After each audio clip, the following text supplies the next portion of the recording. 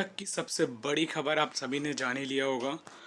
विश्व पूरा अस्थिर हो चुका है और अभी आपने देखा होगा ईरान के जो सुप्रीम लीडर हैं अलीतुल्ला खामेनेई, इनकी मौत हो चुकी है और इसकी पुष्टि ईरान ने भी कर दी है।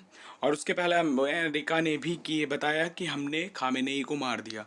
लगातार जिस चीज़ का पूरा डर था वही चीज़ अल्टीमेट हो गई। और आप देखिए पूरा विश्व, पूरा मिडिल ईस्ट इस समय अस्थिरता के दौर से गुजर रहा है। पूरी ग्लोबल मार्केट डिस्टर्ब हो गई है।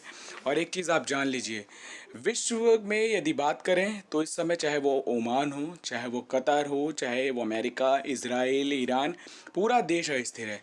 और खामनेई की मौत, जिसे इज़राइल मिडिल ईस्ट में सबसे बड़ा खतरा मानता था, वहीं अमेरिका जो सबसे बड़ा दुश्मन मानता था, उसकी मौत हो गई।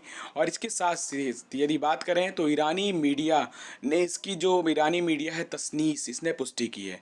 ईरान में 40 दिन का शोक, राजकीय शोक घोषित कर दिया गया। और यदि बात करें तो दुबई, कुवैत, जॉर्डन, सीरिया पर भी ईरान ने अटैक किए थे, तो ध्यान रखिएगा।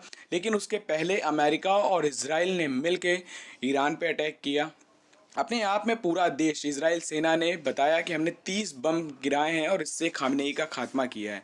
और अब जो खामनेई के नए जो सुप्रीम कमांडर बन गए हैं, नए सुप्रीम लीडर हैं, इनका नाम है मोजतबा खामनेई। ये खामनेई के बेटे हैं।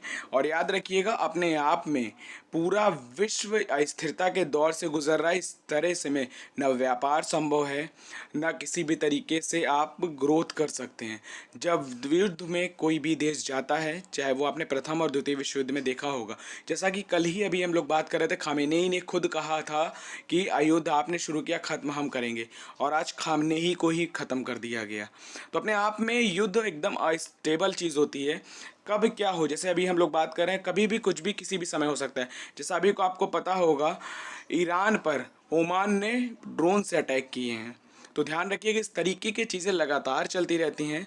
और यूनाइटेड नेशन जैसी जो संस्था है, जिसको बनाया ही गया था इस उद्देश्य से कि भविष्य में तृतीय विश्व युद्ध जैसी संभावनाएं भी उत्पन्न ना हो, उसको तत्काल प्रभाव से आगे आके इस पर कार्रवाई करनी चाहिए।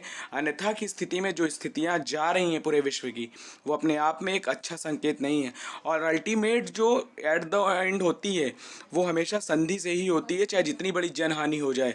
तो वही चीज़ यदि पहले कर लिया है तो बड़े स्तर पे जान की नुकसान कम हो से होगा, लोगों की क्षति कम होगी, मानवीय जो मूल्य हैं वो हमारे संरक्षित रह पाएंगे। तो ध्यान रखने की ज़रूरत है, इम्पॉर्टेंट है, तो ध्यान रखिएगा आप इस चीज़ को।